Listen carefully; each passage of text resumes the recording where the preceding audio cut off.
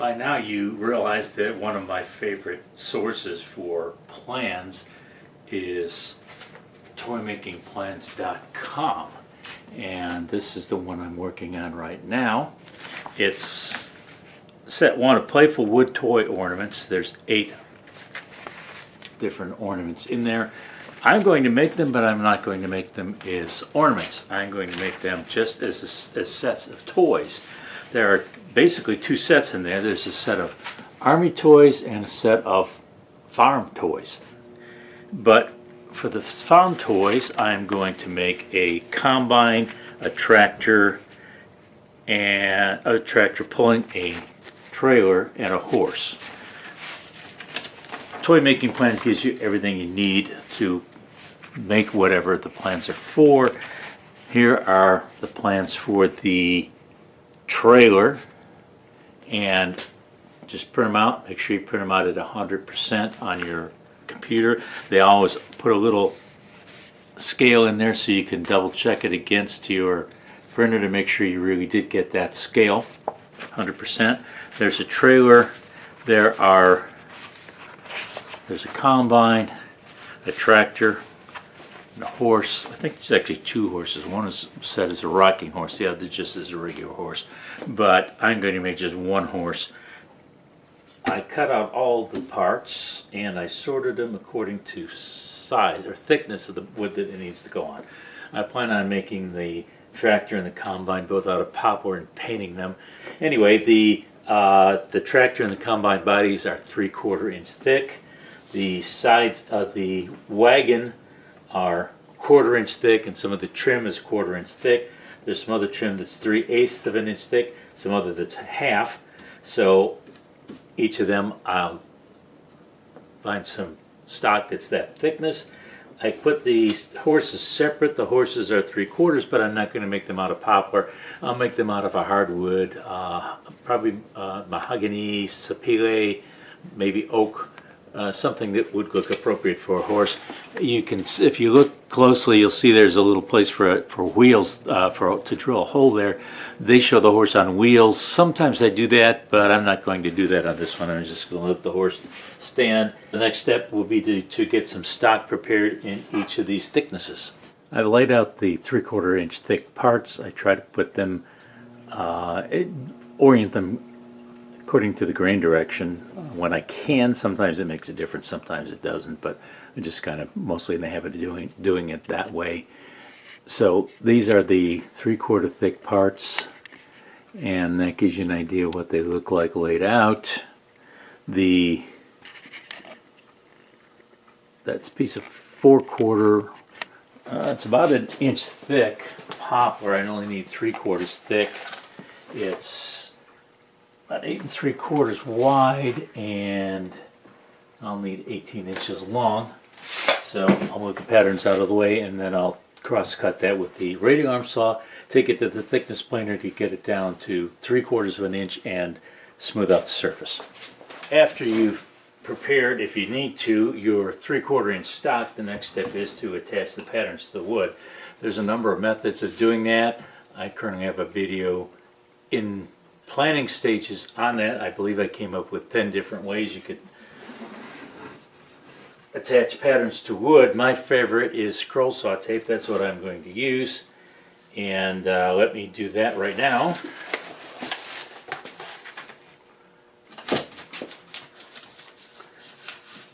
Maybe a little more expensive, but to me the convenience is worth it.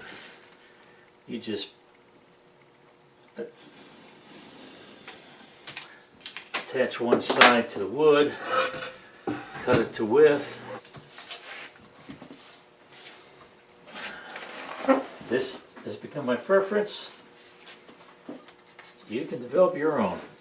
So I will place these patterns on the 3/4 inch thick poplar. I've got all the 3/4 inch pieces on that 1/8 inch piece. You can see I got a little bit left over here, and I'd rather have a little bit left over than run out and have to go and play more material.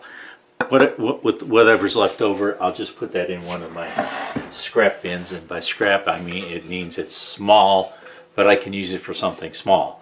Now, these will need holes drilled for the axles, and they will need holes drilled for the cab areas. So I'm going to take them over to the drill press to do that. This calls for a 5/16 bit for the axles. It's going to take a 1/4 inch axle, and plans called for, in my experience, confirms that 5/16 hole for an axle gives sufficient space for it to spin freely. And raise this up a little bit more. I have a laser sight on this jet drill press, so I'm going to use it to line up the cross hatches here.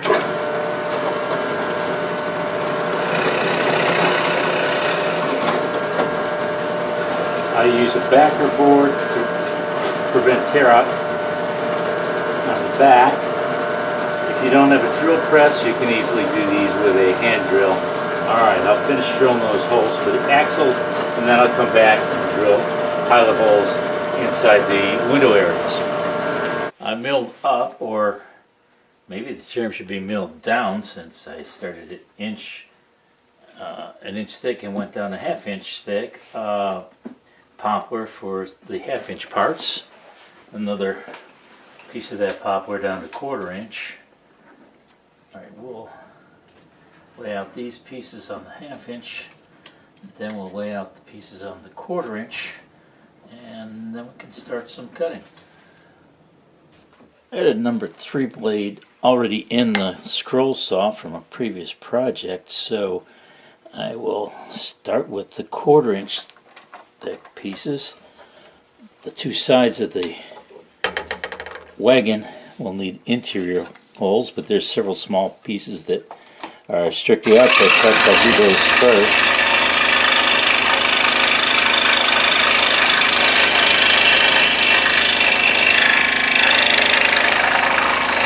Those would be good projects for somebody new to scroll sawing. There's only a few interior cuts, and they're not complicated. And if you mess them up a little bit, I don't think anybody will be able to tell the difference anyway. Of course you would, but there are very few perfect woodworking projects. There's usually something or other that you didn't really like, and you just have to learn to live with it. Because if you throw away anything that isn't perfect, you're going to have a lot of firewood. Make it the best you can, and as you get better, every project will be better. The errors, if any, will be small. Let me mention something here. This particular piece, you see there's a hole there. I forget what size hex for. You don't need that unless you're using this as an ornament. It was designed as an ornament, Christmas tree ornament. I'm just going to use it as a toy, so I'm not making those holes. It's never a bad idea to look at the patterns and have a fairly good idea of what you're doing before you actually start. This will be one of the sides to the wagon.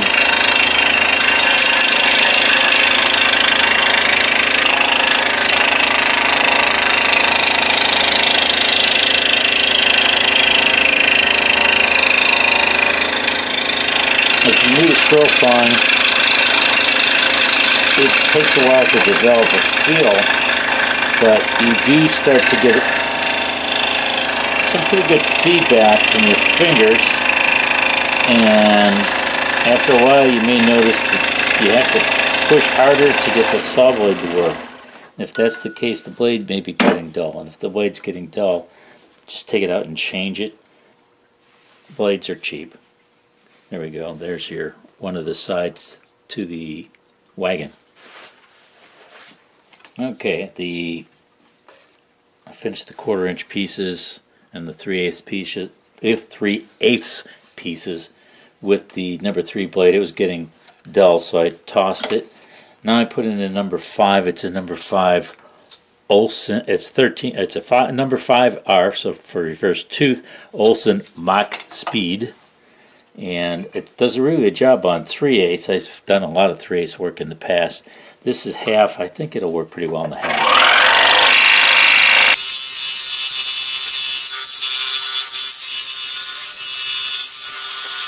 It's getting a little more vibration than normal with that.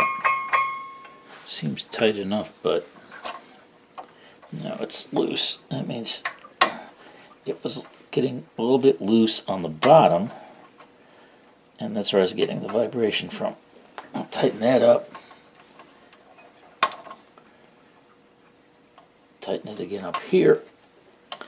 You really do get a feel for the saw with experience. Yeah. I don't know if you can hear that, but I can hear it and I can feel the difference.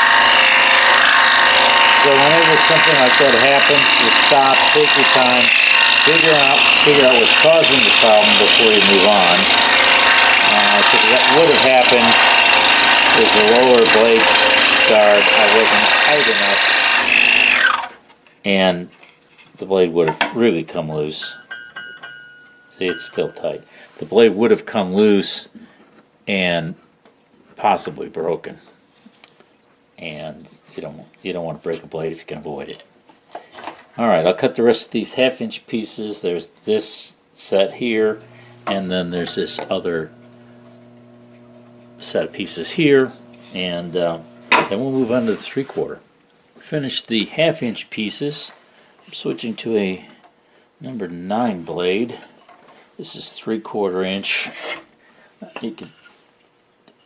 It's at the limit of a number 7 blade as far as I'm concerned. I prefer a number 9 on 3/4. This is a number 9 Pegasus modified geometry blade. I really like these blades.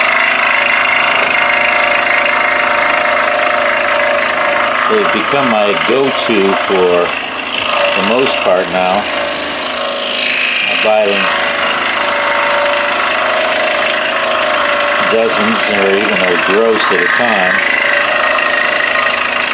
You'll find that blades don't last real long, and when you're running a business like I am, doing a lot of scroll sawing, it doesn't take long to go through a dozen blades.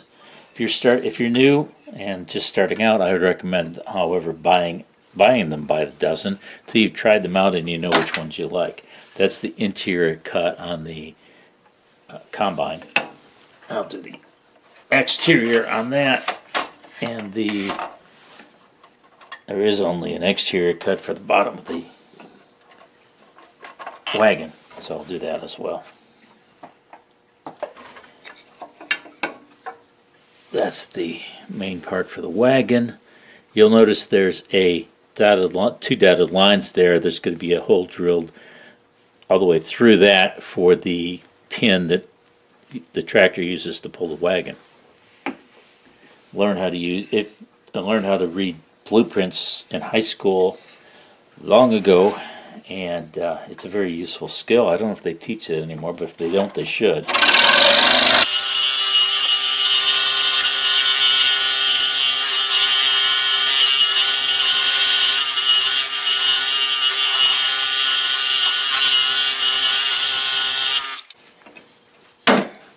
Once again, the plans have place for a hole there. It's 1 inch. It shows a 1/8 inch hole.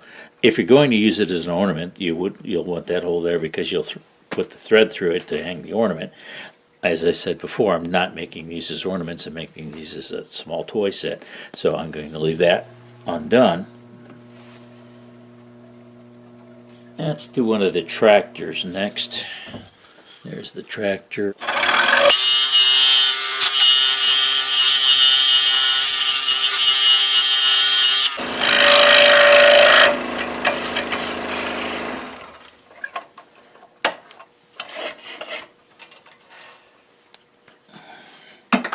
That's the window for the tractor.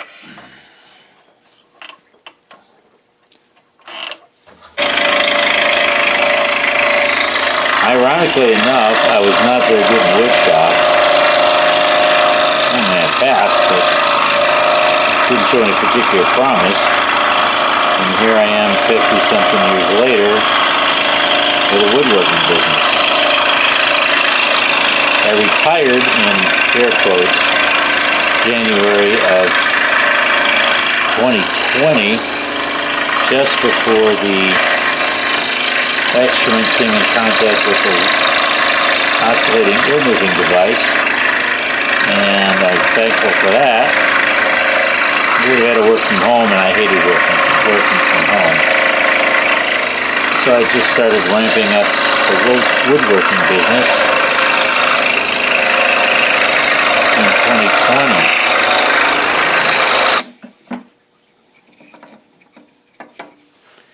You can see there's a dotted line there as well. That's where the hole is going to go through the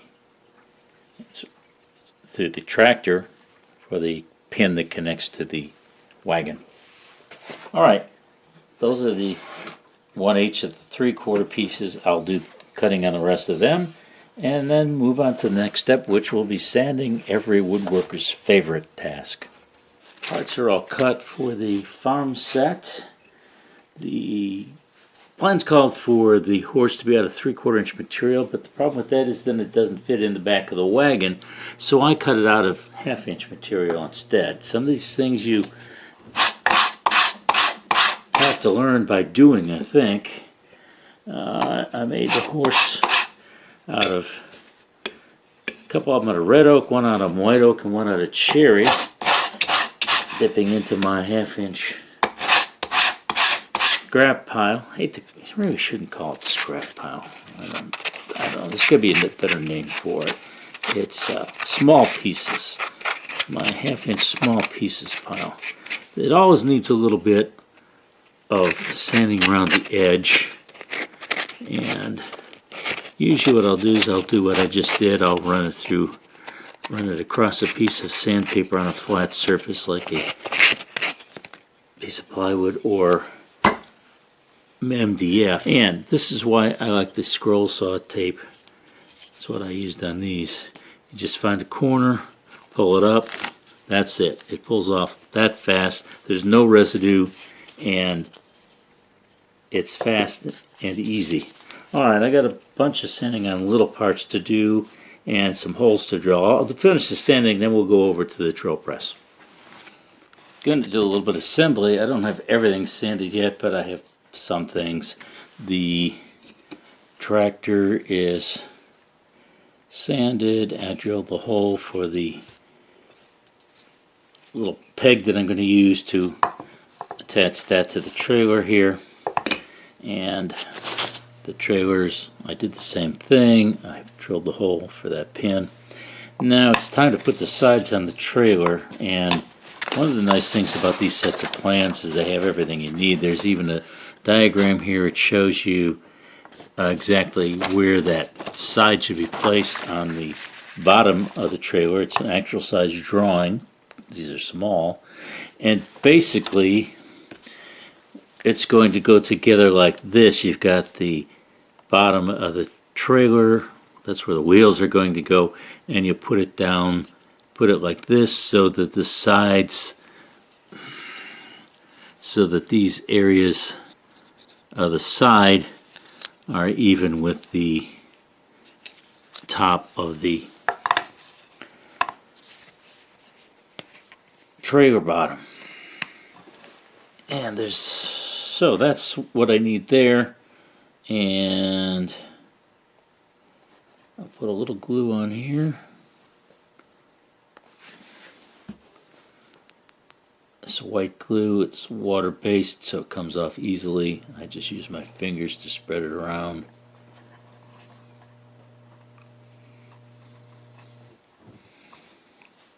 That's it. And I'll set that aside. I'm just going to put one side on each for now. I'll let it dry a little bit. I'll let them dry, and then I'll put the other side on.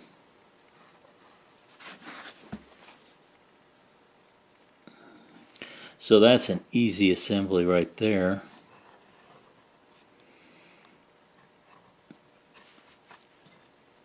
There's going to be some fenders and parts like that for the combine and the tractor.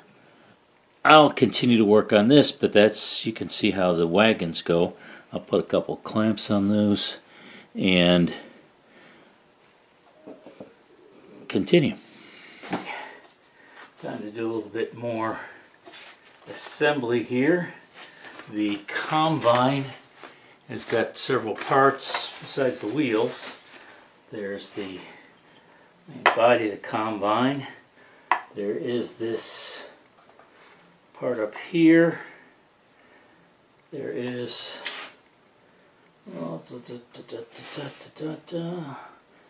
this one in the middle and this one here. Now what we have to do, I know from experience, not careful, if you're a little bit off in your dimensions, put something too close to the wheels and it touches. So I'm going to take a couple 1-inch wheels, which is what this is going to get, and I'll put them on here. A little bit of glue.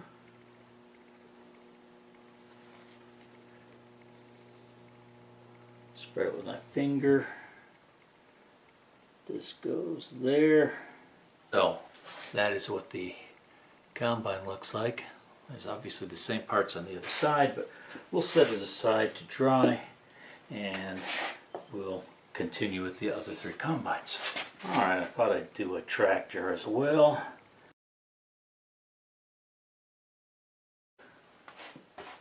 There is the tractor with the fender and whatever that other part is. The farm toys are all done, and I think I already mentioned this, but in case I didn't, I'm going to paint the tractor and the combine green, and this is from my local hardware store, but it's John Deere green. I live in northern Illinois, about 60 miles west of Chicago. Most of the equipment around here is John Deere, so I'm kind of familiar with that color. I think I'll make the trailer a light brown color just for something a little bit different, and I will paint the wheels black.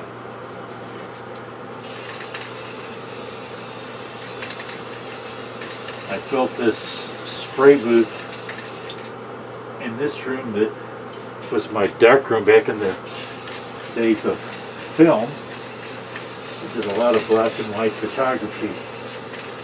Developed and printed in any roll of film in this room. I got 4 tractors, 4 combines, and 4 wagons. And I've got 1-inch wheels. These are all going to take 4 wheels apiece.